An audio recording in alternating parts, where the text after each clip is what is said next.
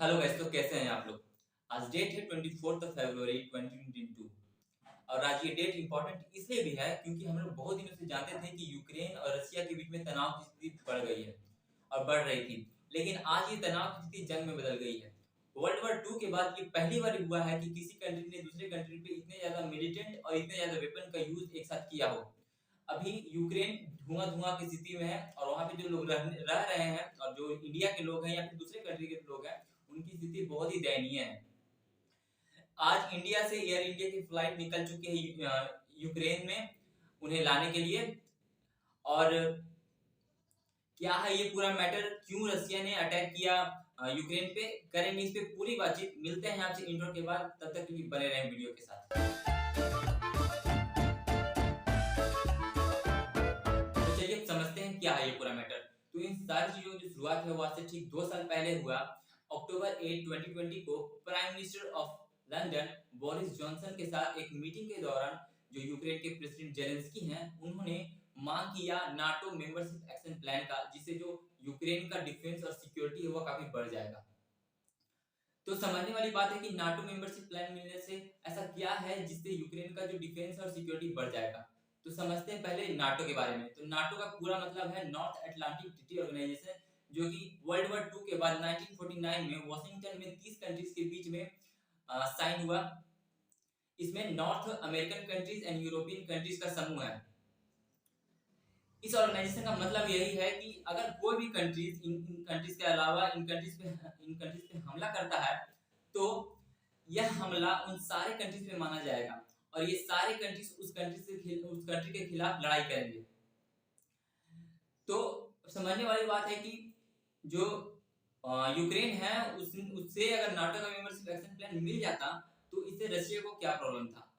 तो हम बात करेंगे 2014 की, कि क्योंकि यह पहली बार नहीं है कि रसिया जो है उसने यूक्रेन पे हमला किया है। इससे पहले 2014 यूक्रेन क्राइसिस में जो रसिया है उसने साउथ यूक्रेन का एक छोटा सा पार्ट क्रीमिया जो है उस पर मिलिट्री के जरिए उस पर कब्जा कर लिया, उसे अपना भाग बना लिया।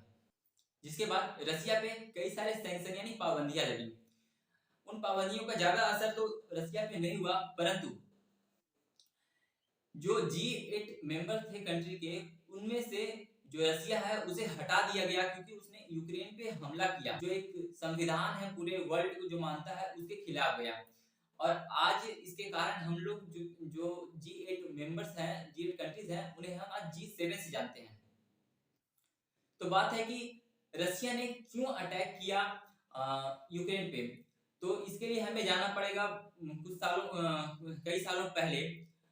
1922 में जो व्लादिमीर लेनिन है, उन्होंने स्थापना किया यूएसएसआर का, यानी कि union of Soviet socialist Republic, जो कि एक सुपर पावर था, वर्ल्ड पावर था। जो कि यूएसएसआर जो है वो वर्ल्ड का सबसे बड़ा कंट्री, सबसे richest country and one of the world power super power था। लेकिन कोल्ड वॉर के कारण वर्ल्ड वॉर टू के बाद 1991 में यूएसएसआर 15 अलग अलग इंडिपेंडेंट कंट्रीज में बढ़ गया, जिसके बाद से यूएसएसआर ने अपनी पहचान खो दी और रसिया के पास कोई भी संसाधन नहीं बचे। इसके बाद से उसकी जो ग्रोथ है, जीडीपी है, वो काफी स्लो होने लगी, मार्केट वैल्यू घट गई, प्राइस वैल्यू घट गई। और इसे वापस से रिबिल्ड करने के लिए, यूएसएसआर को रिबिल्ड करने के लिए वह चाहता है जितने भी 15 कंट्री जो निकले हैं उसे फिर से कब्जा करके या फिर मना करके किसी तरह यूएसएसआर वापस से बनाया जाए, जिससे एक सुपर वर्ल्ड पावर बना जाए। अब क्योंकि हम जानते हैं कि हाल के कुछ सालों में पूरा विश्व कोविड-19 क्राइसिस से जूझ रहा था और सभी कंट्रीज अपने अपने लोगों को बचाने के लिए काफी मेहनत कर रहे थे। और जब रसिया इन सब चीजों से उभरा, तो उसने यूक्रेन के खिलाफ यूक्रेन रसिया बॉर्डर पे काफी ज्यादा मात्रा में मिलिट्री और वेपन्स का यूज किया, जिससे एक तनाव की स्थिति बन गई। अभी आपके स्क्रीन में एक लाइट कलर से जो दिख रहा है वो रसिया है और उसके जस्ट नीचे जो है वो यूक्रेन है। और अगर आप मेरे लेफ्ट में देख सकते हैं तो जो यूक्रेन है और उसके नीचे जस्ट एक पार्ट है क्रीमिया, जिसे रसिया ने पहले कब्जा कर लिया मिलिट्री यूज करके। और अब जो नेक्स्ट इमेज फ्लैश हो रहा है, इसमें आप देख सकते हैं मेरे लेफ्ट साइड में एक ब्लू कलर का रिवर है और उसका जो लेफ्ट साइड है यानी जो मेरे साइड है उसे कहते हैं डोनबास रीजन। ये जो डोनबास रीजन है वो रसिया से काफी रिलाई करता है कल्चर और लैंग्वेज के मामले में, और यह सपोर्टिव है रसिया से।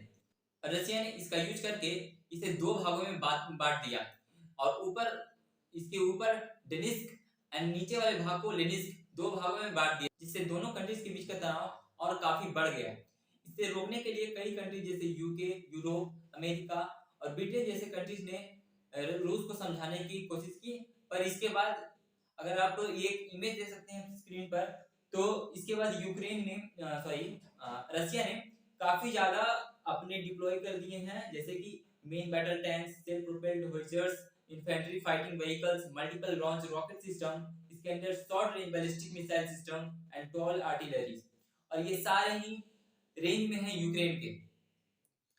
और आज स्थिति ये है कि 24 फरवरी सुबह 8 से 10 के बीच में रसिया ने यूक्रेन पे हमला कर दिया है, और एक वर्ल्ड वॉर 3 का स्थिति जैसा दिख रहा है। रसिया का कहना है कि जो यूक्रेन है उसने सरेंडर करना शुरू कर दिया है, पर यूक्रेन का कहना है कि हम अपनी आखिरी सांस तक लड़ेंगे, और वहां के जो लोग हैं, जो पीपल हैं वहां के यूक्रेन के, वो भी जंग में साथ दे रहे हैं, वो भी बैटल लड़ रहे हैं रसिया के खिलाफ। अब इन सभी चीजों के बाद जो कंट्रीज हैं जैसे अमेरिका, यूके और कई यूरोपियन कंट्रीज, और जो व्यापार में है रसिया के साथ, उन्होंने सैंक्शन यानी पाबंदियां लगाई हैं रसिया के साथ कि अब वे रसिया के साथ व्यापार नहीं करेंगे। जैसे कि वहां जो उनके कंट्रीज में जो बैंक चलते हैं, अदर कंट्रीज में जैसे रसिया के जो बैंक चलते हैं या फिर जो इंस्टीट्यूशन है, उन्हें बंद कर दिया गया है। अब अदर कंट्रीज में जो सी रूट है वो सारे खत्म हो गए हैं रसिया के लिए, और जो व्यापार जो होते थे रसिया और दूसरे कंट्रीज के बीच में, उसमें कई कंट्रीज ने अपना हाथ हटा लिया है, और अब वे चाहते हैं कि रसिया के साथ अब वे व्यापार नहीं करेंगे। ऐसा सैंक्शंस रसिया पे बहुत सारे लगे हैं।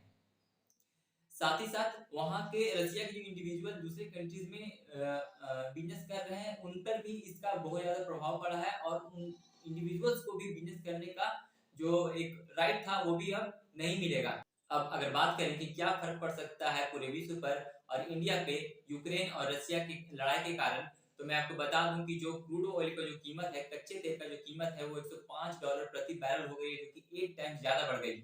इसके बाद जो क्रिप्टो करेंसीज हैं जैसे डॉज कॉइन एंड बिटकॉइन, उसकी जो प्राइस है वो काफी ज्यादा नीचे आ गई है।